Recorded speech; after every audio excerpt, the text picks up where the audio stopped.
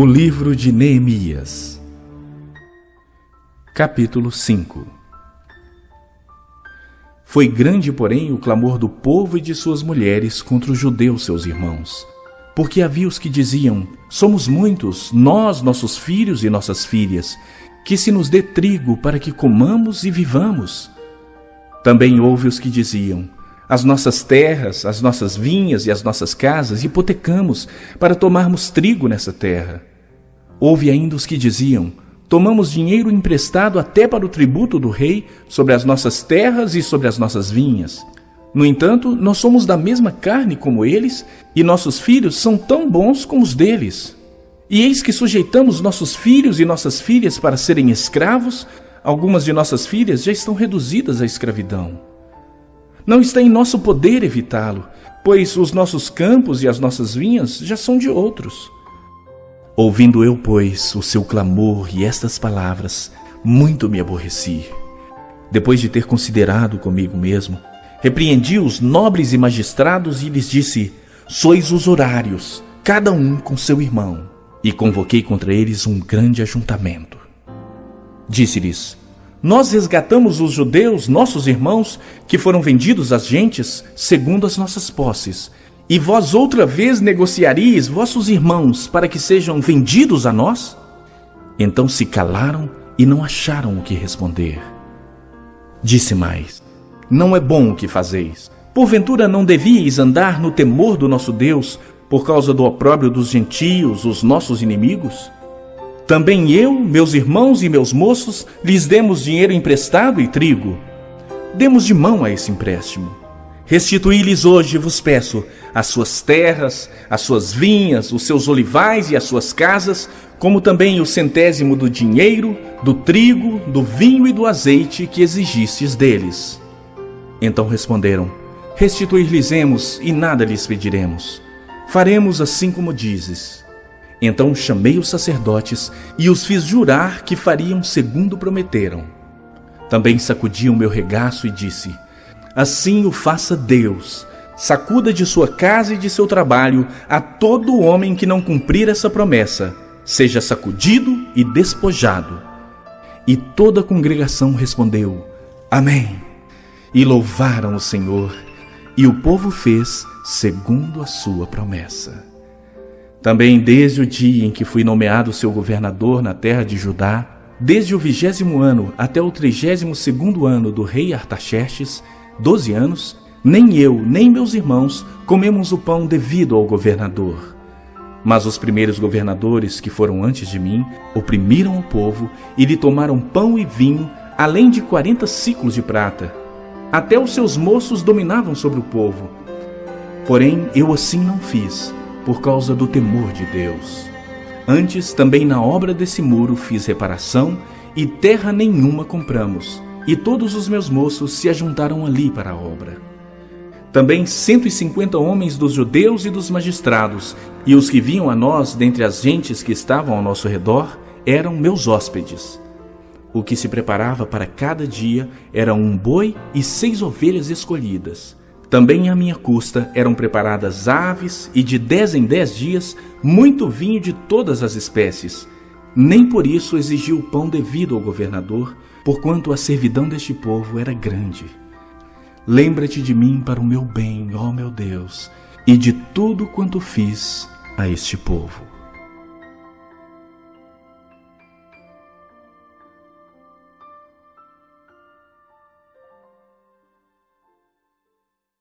Irmãos, porque eu acho esse texto duro? Porque eu não sei se eu, como líder, e eu sou um líder bravo, faria uma coisa dessa.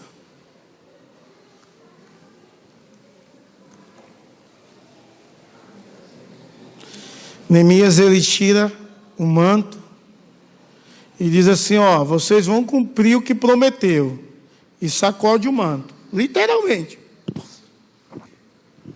Pau pode sair. E se vocês não cumprir, Deus vai sacudir a posses de vocês, a casa de vocês. E todo o povo disse amém. Fizeram uma promessa. Sabe, essa promessa está dizendo assim: se você não cumprir, você vai ser amaldiçoado. É isso que ele está dizendo. Ele ilustrou de forma visível, para que não tivesse dúvida nenhuma por parte do povo o que ele estava falando. Não sobrasse dúvida nenhuma na mente. Se vocês não cumprirem essa promessa, vocês vão ser amaldiçoados. Essa promessa está feita diante de Deus. Amém? O povo disse amém. E todo o povo louvou o Senhor. Quantas promessas nós não cumprimos? E se todas as nossas promessas fossem feitas desse jeito, como você estava hoje? Se todas as nossas promessas foram feitas assim, como é que você estaria hoje? Já pensou qual seria a sua situação se todas as promessas que você fez a Deus fosse desse jeito? Você seria amaldiçoado. Ele aqui diz até como vai ser amaldiçoado, né? Com as posses, e vai balançar a casa. Não é só sobre a pessoa, é sobre todos os da casa. É um negócio dolorido. É claro que existe por trás disso tudo um contexto. É claro que quando você lê o capítulo 5, você fica abismado como o povo oprimia o seu próprio povo. Como o povo de Israel se aproveitava da miséria do outro para oprimir mais, deixar mais miserável. Ainda. Isso é um negócio terrível. Porque quando Neemias observa tudo, ele vê que o povo estava em calamidade e miséria. Mas nem todo mundo estava em calamidade e miséria. A cidade estava assim. Tinha pessoas que tinha nobres lá. Tinha os sacerdotes, que tinham uma situação melhor, mais favorecida do que os demais. E sabe o que o povo fazia? O povo emprestava o dinheiro a juros absurdos. 12% de juros. Você acha baixo? Só dever um ano a 12% para ver quanto é que dá. Juros sobre juros de 12%. Quanto é que dá? E 10 anos. Nós temos uma matemática aqui. E um ali também, que é engenheira. E um ali, que é Claudete. E pode ter outros mais aí, que eu não sei. Diga, 1.000.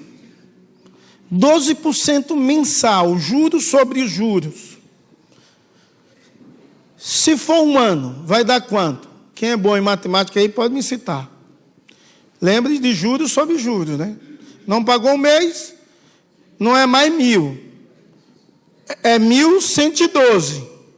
Então, juros sobre juros, no outro mês, 12% sobre 1.112. E aí vai. O Fábio é matemático também. Dá quanto aí? Um bom matemático aí na calculadora científica. Ou alguém que tenha alguma calculadora que soma juros sobre juros. Daniel gosta desse negócio também.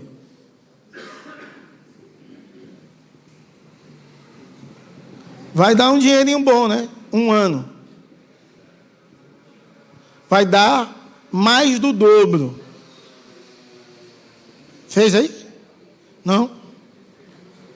E 10 anos, 1.000, juros sobre juros. Vixe, chega, assustou. Se em um ano dá mais do dobro, e em 10 anos, a 12%, juros sobre juros, sem pagar, esse povo estava sendo oprimido. Só que a opressão era tão grande, e quando o cara não pagava e dizia, olha, eu não tenho condição de pagar, o outro dizia, não, Deixa continuar aí, você paga quando puder. Era uma história mais ou menos assim. E o juro vai aumentando, vai aumentando, vai aumentando. Quando chegava em um limite alto, o cara dizia assim, ó, o seu terreno, a sua vinha é minha, pela dívida. Ou ele deixava passar muito e dizia, eu vou pegar parte da sua dívida, a sua casa e o seu terreno. O cara já ficava sem nada. Quando aumentava mais ainda, ele dizia, agora eu vou pegar seus filhos como escravo. E sabe por que o povo pedia dinheiro emprestado? Para comer pão. Era para sobreviver. Tamanha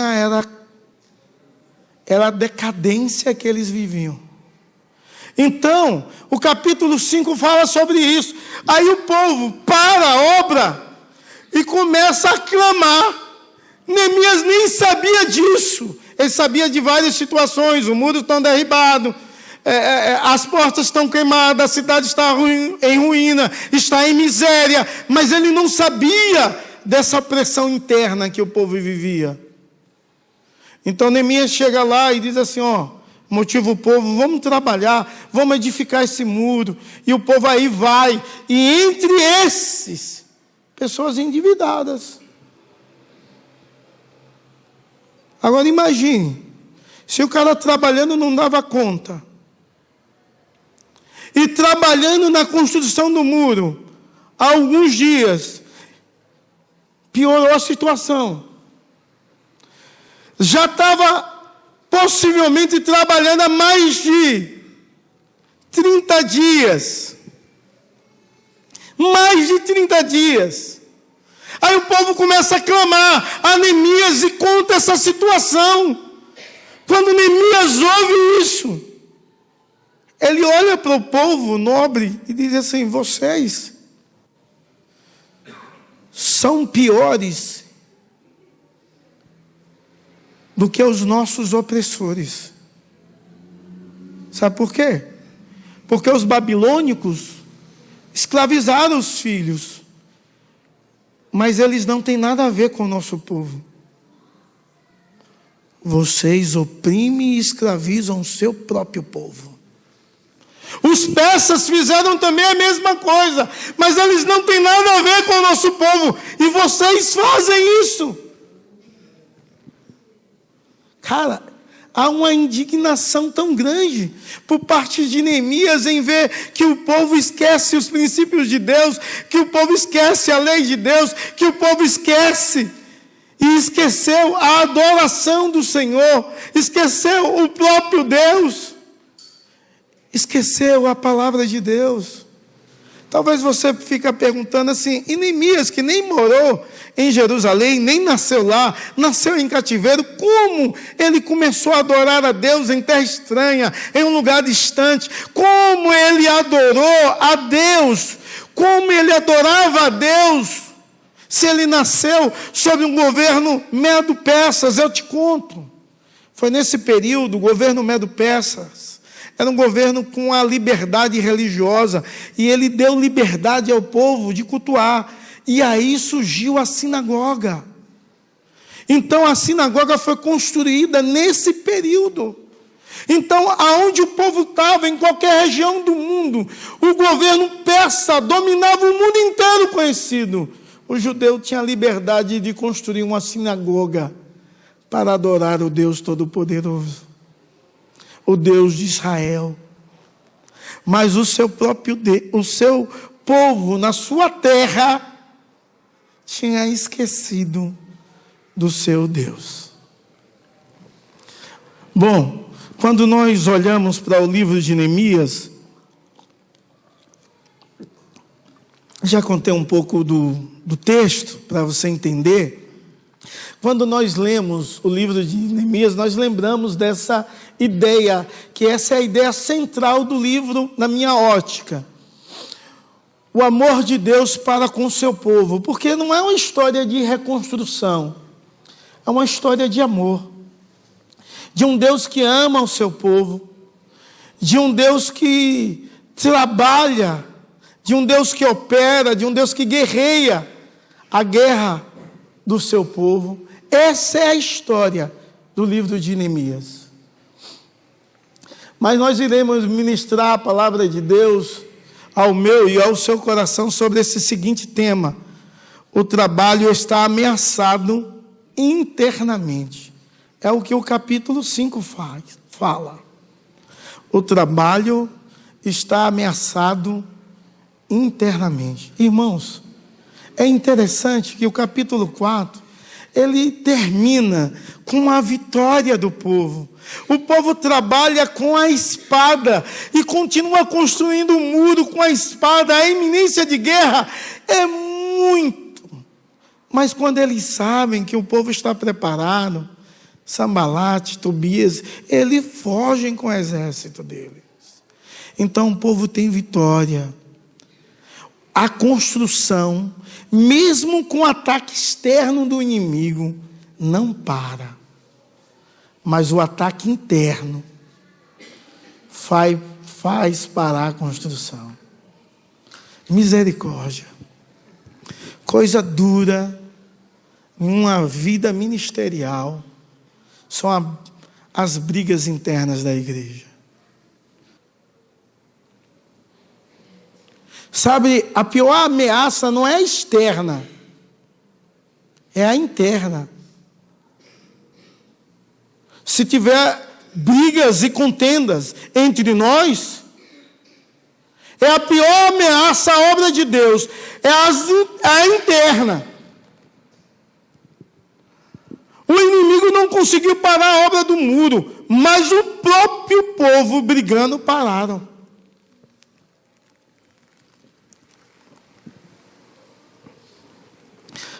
Há uma injustiça social, há um povo sendo oprimido,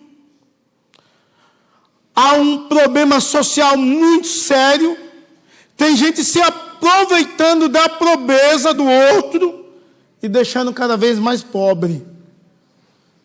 Problema financeiro ameaça a obra de Deus, mas não só ameaça, esse problema para a obra de Deus. Se você for ler do verso 1 ao verso 5, em especial o verso 1, você vê que a obra para.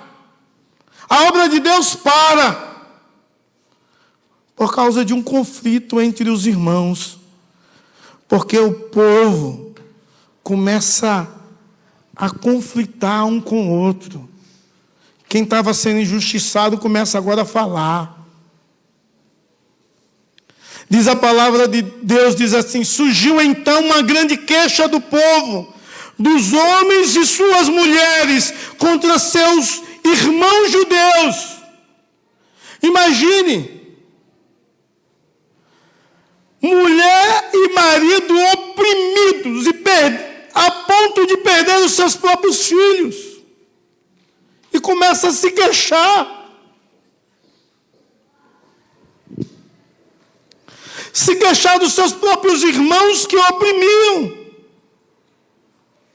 A fome em que eles viviam não era culpa de ninguém. Mas a situação opressora financeira era culpa dos irmãos judeus, ricos, que oprimiam, emprestando a juros absurdos, de forma massacrante.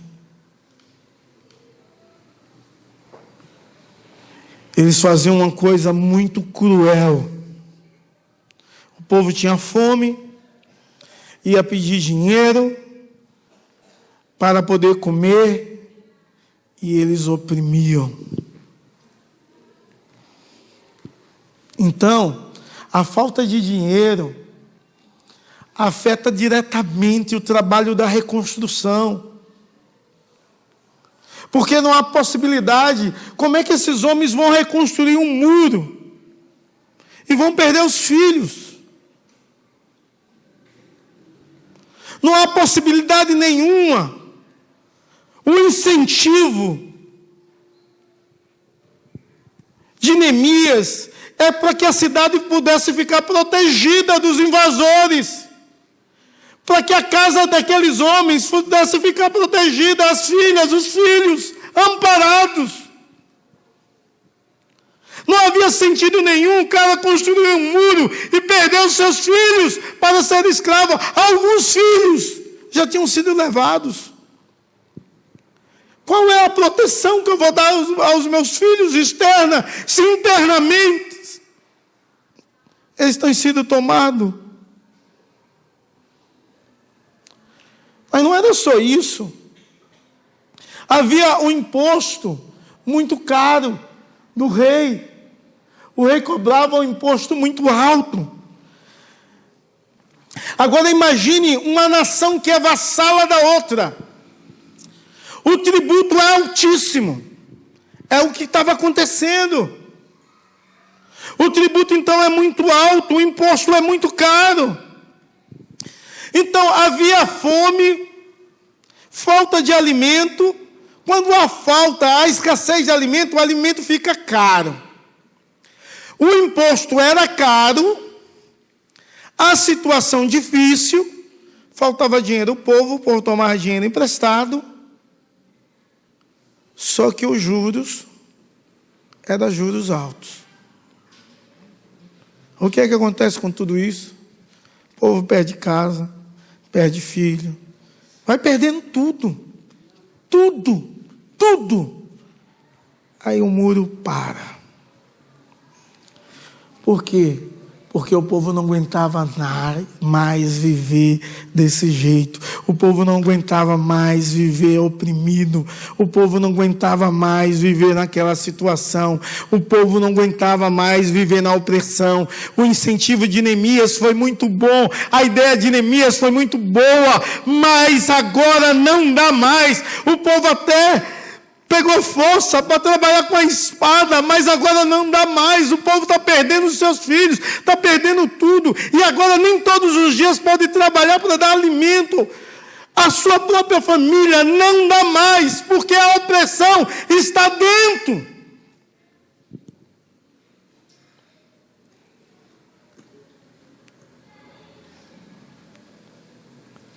Meu Deus. Será se nos nossos dias nós vivemos tempo onde o povo não é opressor, mas vive uma inimizade tamanha dentro da própria igreja, do próprio povo de Deus, de não se render ao senhorio de Deus, à verdade de Deus, de não ter amor ao outro, ao próximo, de não dar as mãos, de não somar-se,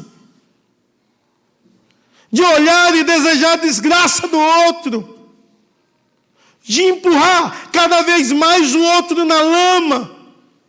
Sabe, quando você não faz nada pelo reino de Deus, pela igreja de Deus, você é alguém que não se importa com o reino e nem com a igreja de Deus. Quando você fala mal do seu irmão, quando você fala mal do presbítero, mal do pastor que vos fala, mal do diácono, você não faz nenhum benefício para o reino de Deus.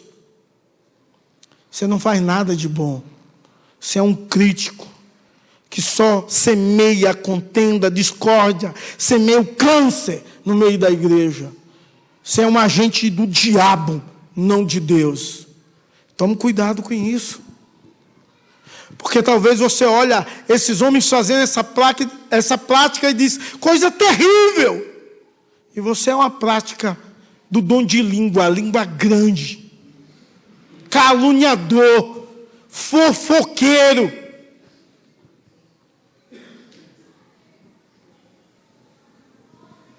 Alguém que não aprende a lidar com os princípios de Deus e não aprende a louvar a Deus, a bendizer, a exaltar, a servir. Tudo é criticar. Eu achei o louvor uma bênção hoje. Mas se os irmãos tivessem desafinado, desentoado, se alguém perguntar, diz, não, foi uma bênção, teve voluntários lá que se deu. Porque tem alguns que sabem tocar melhor e não se põem. Porque algumas vezes é assim. Quem quer melhor faz, se dá, corre atrás. Agora não sabe a história, imagina esses caras construindo oprimido.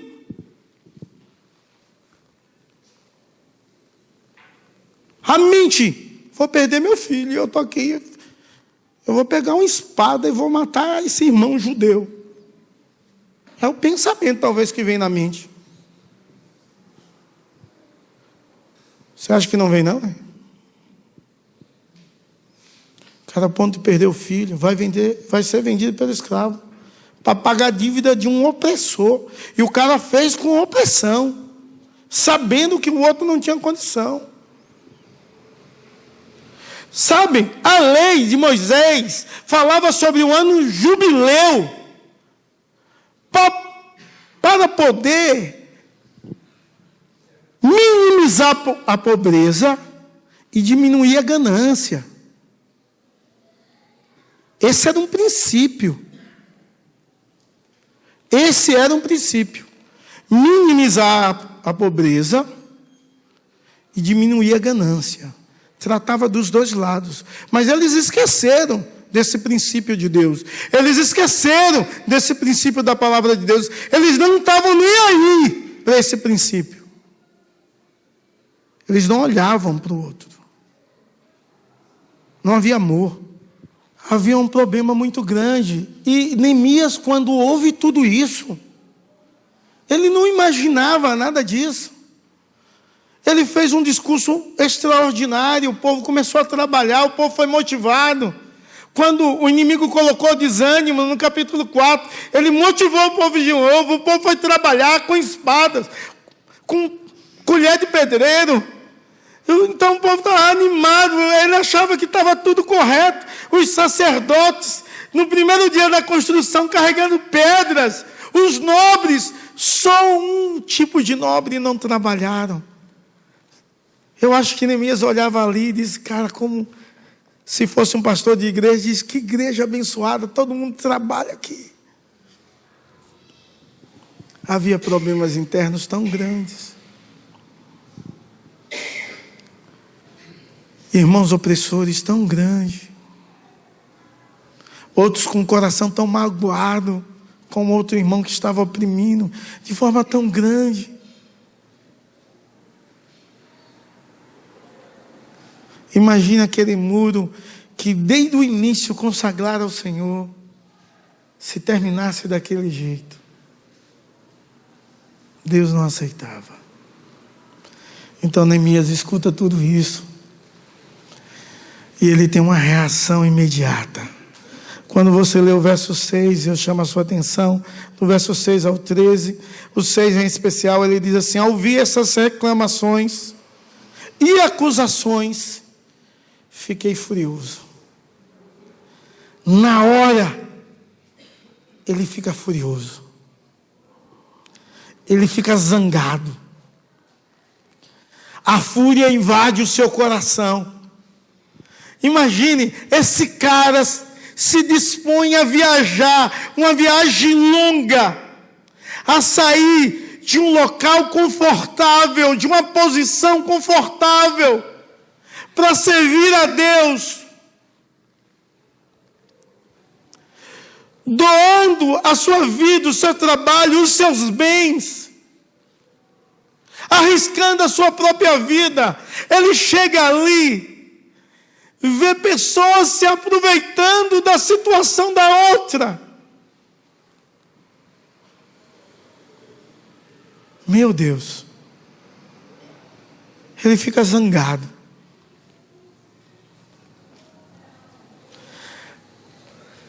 A ira toma conta de Neemias naquele momento,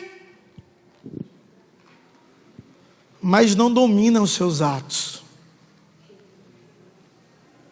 Toma conta, mas não domina as suas ações.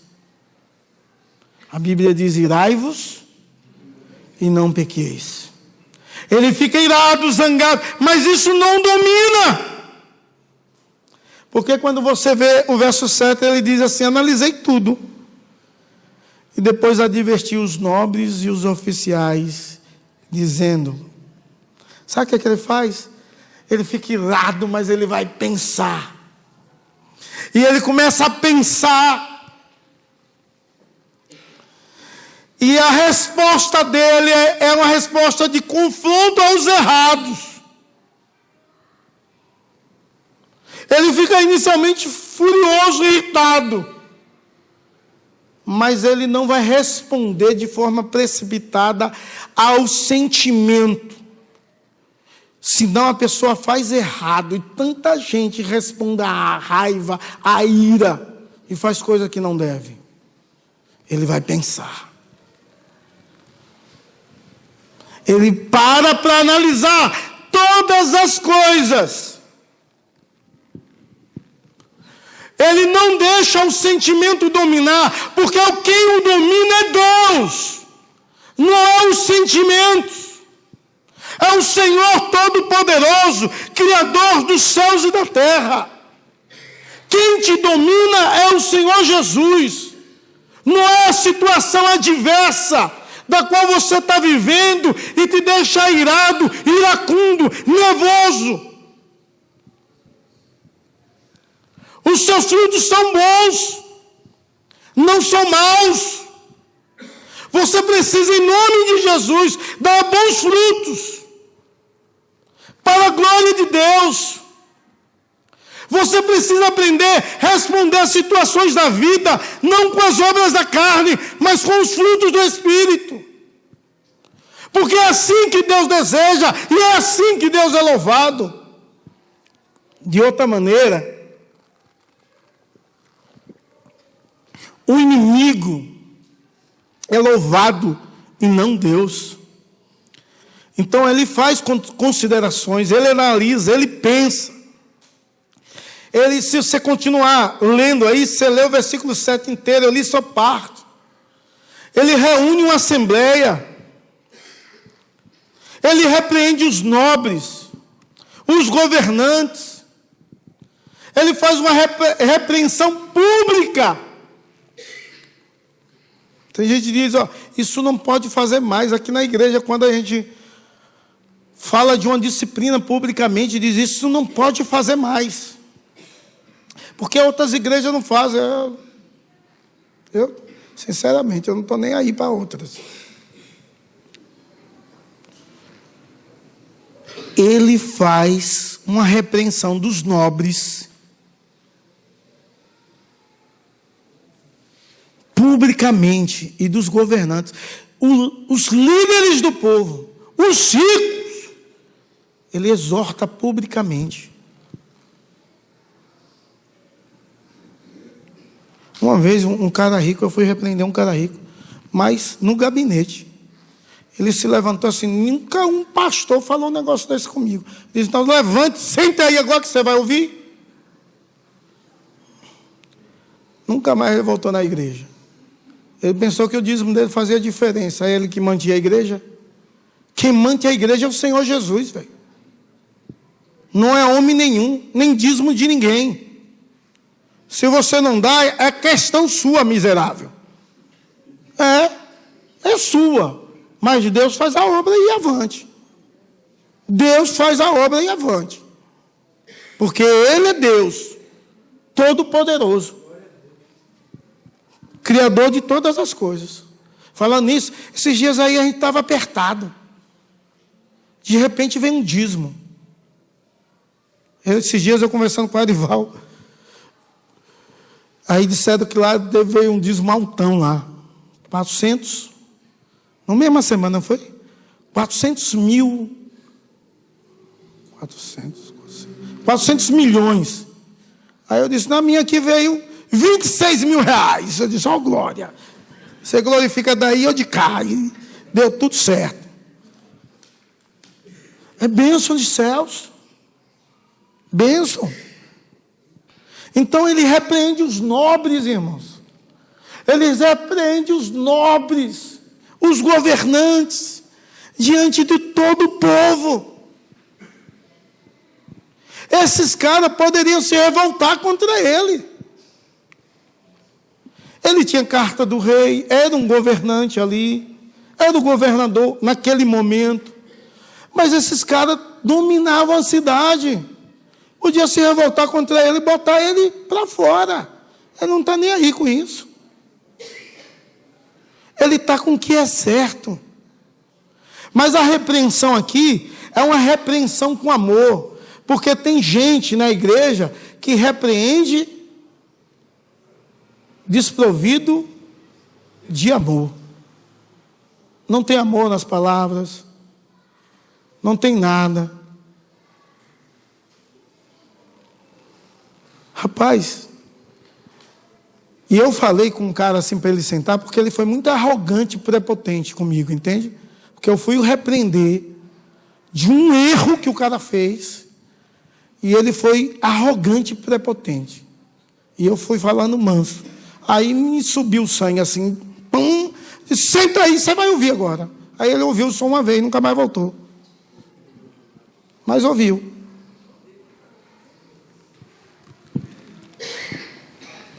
E eu fui visitar uma vez e pedi desculpa, mas assim ele não voltou não. E não volta não. Sabe por que não volta? Por conta do orgulho. O orgulhoso não aceita ser corrigido. Não aceita. Não aceita. E eu disse ao cara assim, você tem de pagar o que você deve. Isso é roubo. Ele pagou, mas não voltou. Irmãos, isso é um negócio muito sério. Porque tem muita gente orgulhosa. Orgulhosa. E não aceita a repreensão de ninguém. O orgulho mata. Esses homens são repreendidos. Esses homens são repreendidos diante de todos. Mas esses homens, eles aceitam a repreensão. Sabe? Eles aceitam a repreensão de tal forma que quando você continua a ler a palavra de Deus e você vê o verso que nós lemos inicialmente, o verso 12 e 13, que foi os versos que nós lemos, eles estão fazendo uma promessa de restauração. Eles estão fazendo uma promessa de devolver tudo. Eles vão devolver os campos, se você for ler o 11. Eles vão devolver as casas, vão devolver o dinheiro. Eles vão devolver tudo. Eles fazem uma promessa de restauração. Nós iniciamos aqui hoje louvando sobre restauração. E esses homens reconhecem o erro, se arrependem do pecado e faz uma promessa diante de todos. Toda a congregação diz amém. Toda a congregação louva o Senhor. Há uma restauração espiritual extraordinária. Há uma restauração magnífica. Há uma restauração na vida daqueles homens que estavam em pecados, foram repreendidos. Aceita a repreensão.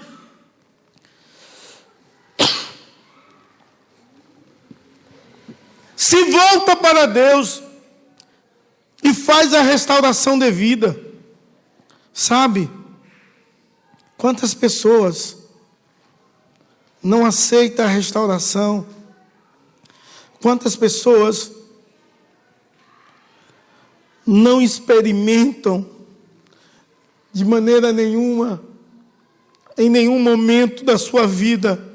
Quantas pessoas não aceitam a boa repreensão, não se arrependem dos seus pecados? Quantas pessoas ouvem a pregação aqui, dia após dia, domingo após domingo, e não muda a vida? Quantas pessoas têm a ganância? Quantas pessoas não faz isso com os seus irmãos? Mas quantas pessoas roubam a Deus? Não dizimam? Quantas pessoas?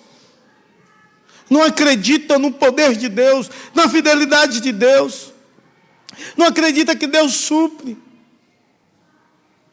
Quantas pessoas não sabem lidar com o dinheiro de forma correta? Quantas pessoas compram uma casa, um carro, não consultam a Deus? Ou vão escolher uma profissão, não oram ao Senhor? Vai decidir a sua vida, não coloca diante de Deus. Quantas pessoas, por causa de uma profissão, de uma casa, de um terreno, de uma chácara que compra, abandonam a sua fé? Quantas pessoas, quando começa a subir a sua condição financeira, esquecem de Deus? Não sabe lidar com o dinheiro. Aqueles homens, a usura, fizeram que o Deus deles fosse o dinheiro. Por isso eles oprimiam os irmãos. Quando eles são confrontados com o pecado, o véu é tirado, eles começam a enxergar o pecado. Eles se arrependem, eles fazem uma promessa, eles fazem uma aliança. E nessa aliança que eles fazem, eles se colocam diante de Deus e diz assim, ó, se não fizermos o que prometemos, que Deus nos amaldiçoe. Sabe, irmãos, fazem isso diante de Deus. Aquela assembleia ali virou um culto de restauração, onde houve confronto e arrependimento e restauração. Como é que você está diante de Deus? Quem tem sido de fato o seu Deus? Quem domina a sua vida é quem é o seu Deus. Você vive em busca de quê?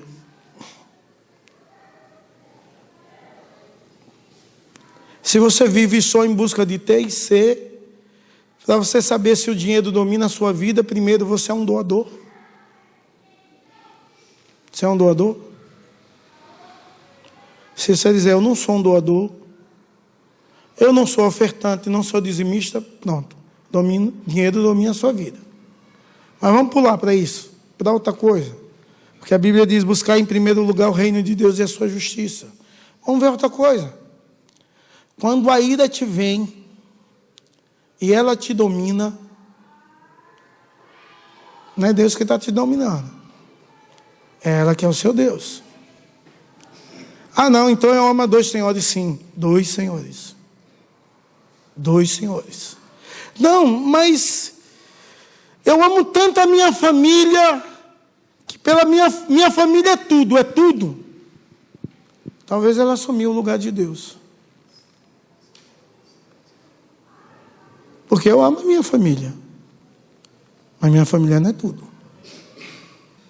Deus tem de ser o primeiro, tem de ser o centro.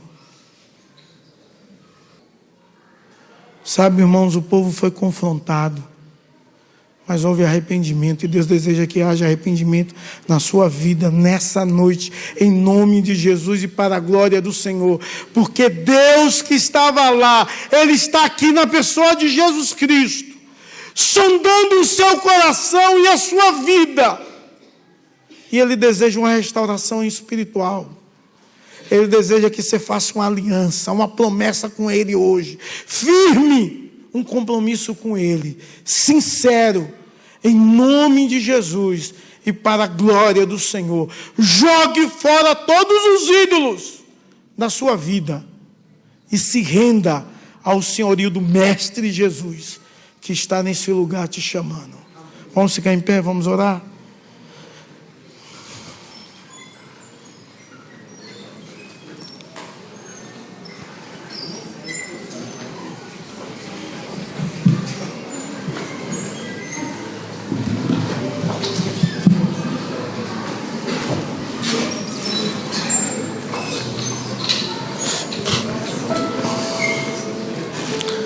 Senhor Deus, A tua palavra diz: de longe me deixou ver o Senhor dizendo: com amor eterno eu te amei, com benignidade eu te atraí, tu és meu. Deus, nós pregamos em série, e tu sabe quem está aqui hoje, era essa palavra para cada um. Ó Deus, ajuda-nos, ó Deus, a vivermos para a tua glória, para o teu louvor, para a adoração do teu santo nome. Tem misericórdia de nós, porque temos pecado, ó Deus. Ó Deus, tem misericórdia, ó Deus, porque não amamos como deveríamos amar. Tem misericórdia, ó Deus, porque muitas vezes as nossas motivações são egoístas. Ó Deus, tem misericórdia, ó Deus, porque muitas vezes somos omissos. Muitas vezes, ó Deus, somos egoístas e não te servimos, não nos doamos. Tem misericórdia, ó Deus. E ajuda-nos, ó Deus, ajuda-nos a sermos instrumentos nas tuas mãos, para a glória, louvor, adoração e magnificação do teu reino, em nome de Jesus, e para a glória do Senhor. Amém e amém.